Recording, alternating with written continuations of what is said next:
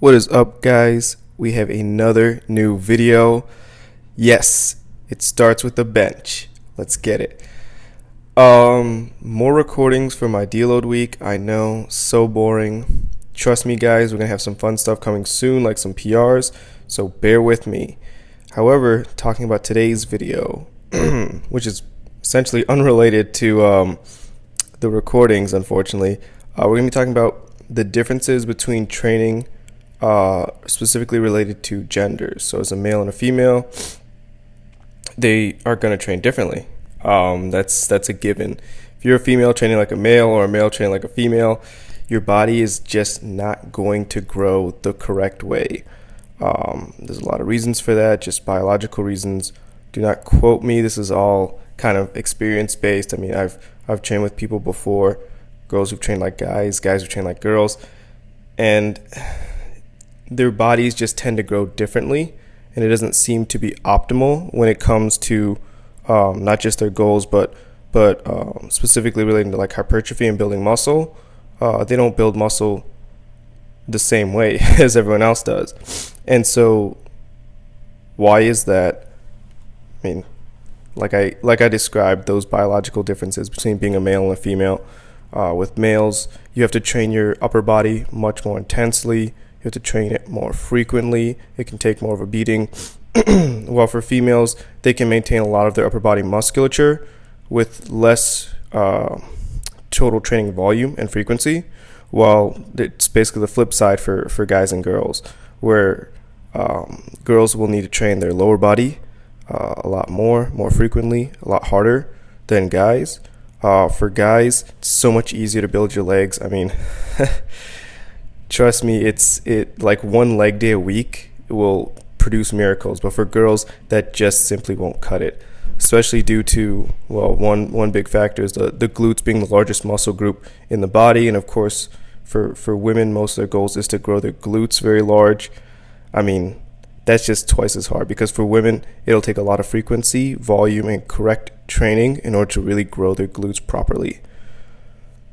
With that being said, man, what specifically they need to do then is, just like I said, it's the flip side. When they train their lower body, they're training it, man, I could say like 3 times a week with different splits, going harder on, let's say, like quads one day, glutes the other day, and hamstrings the other day. That's a good option. Going later on the other muscles in order to increase frequency without, bearing too much damage on the muscle. Man, the dude in the back is going hard on that punching bag. Not gonna lie, that's my bro though. As you guys can see, there are people that go to this gym. It's not just me and the owner all the time.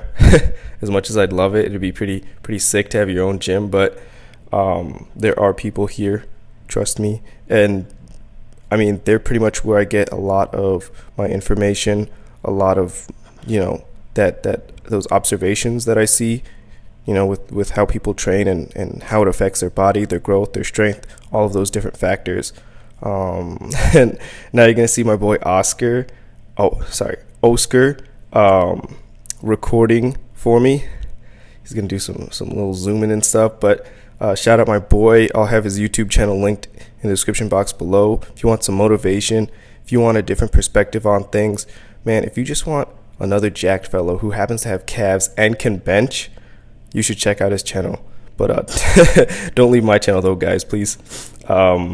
Anyways, so going back to the topic again. So then for guys, basically it'd be the reverse. Like I said, upper body training frequency would be a lot higher than lower body. I mean, you train your lower body once a week. That gives you like anywhere between like 2 to 4 more days in the week to train. That's going to be mainly upper body movements.